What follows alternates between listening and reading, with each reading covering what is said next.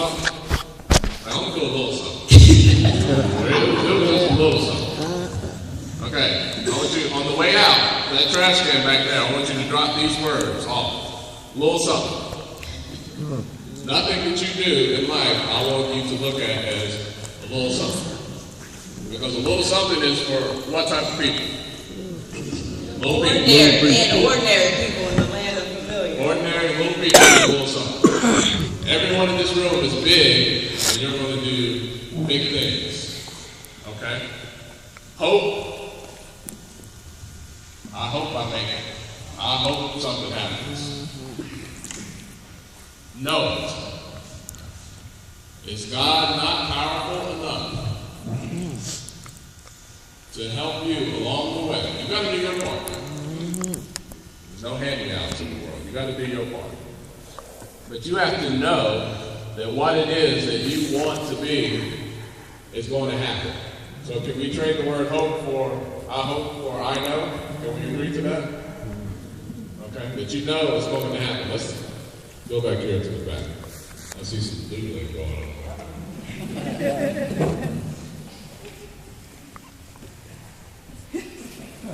You didn't do it? All right, Corey, what do you want to be? An engineer. Engineer.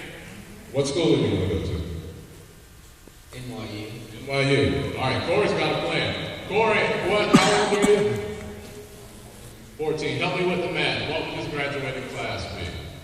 Let's see, he would graduate in about 8 years, so 21, 2017. No, I mean college. Yeah, the class of 21, NYU, Corey, right here. Unless he changes his mind, that's who he is. That's not who he's hoping to be. That's not a little something, maybe. This is what Corey is going to be. Engineer, class of NYU, 2021. Does that sound all right to you? So when you go home, write it down. Or better yet, write it down right here.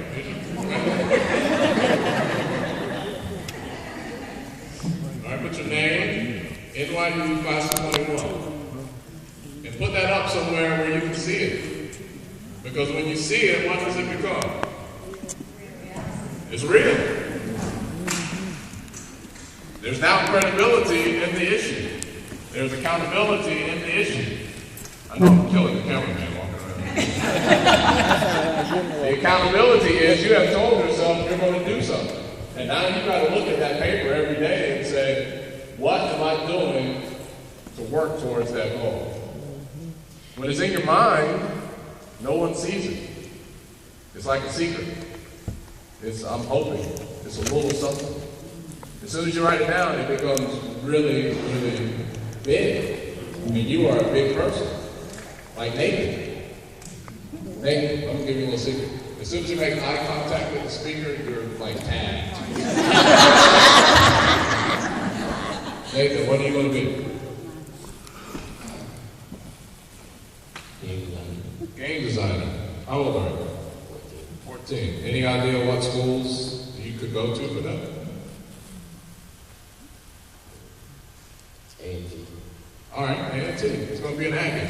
14, what would he help me with the math? Same thing? I can be a little slow here. All right. So Nathan, you guys gave them paper. Gosh, you're on it. What are you going to do, Nathan? You're going to write it down.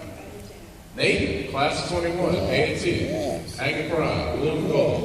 So now you have to, as you're moving toward this goal, you surround yourself with people who are going to enhance you, not people who are going to hold you back. And ladies and gentlemen, when you become old enough to start thinking about marriage, you marry somebody that God has for you who will enhance you, not bring you down. So when I needed a confidence boost, the least likely person to need a confidence booster. So I thought, until a certain point. And that might have been a little bit of postpartum, people don't talk about. I didn't want to go see somebody, like I'm fine, I love my baby, I just had my baby, I'm going to stay home. But I felt sad. I said, okay, well, when do I get back to being me? Because I felt like I wasn't me. I felt like I was them. and I was taking care of them, but a little bit of me was lost somewhere that I worked for. So we talked about it, and then I had the encourager, and okay, I need to wrap up. And this brother enhanced me and encouraged me, and that's what we do for each other, and that's what we do for Kendall, and that's who you surround yourself with. I'm going to close with this. A little farther on in the book, I really want you guys to get this if you haven't had it yet or read it. If you have ever endured lengthy trials of seeing an important dream delayed or felt forgotten by God, you know already how a wasteland feels. In fact, you might be in a wasteland of some kind right now. If so, you probably feel like Ordinary did, like your big dream has turned into a long, miserable, unfair, complete waste.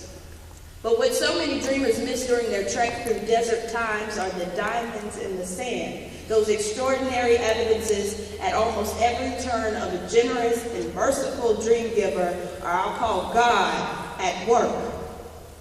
Do you believe me? At the time of my wasteland experience, I didn't know what I'm telling you now. If I had, I would have prevented a long season of unnecessary pain and wandering. God has you. Your family has you. The people that are supposed to be in your life have your back. And you know who you are, set your goals, work toward them, and nobody can stop you. Thank you so much for having us. Thank you.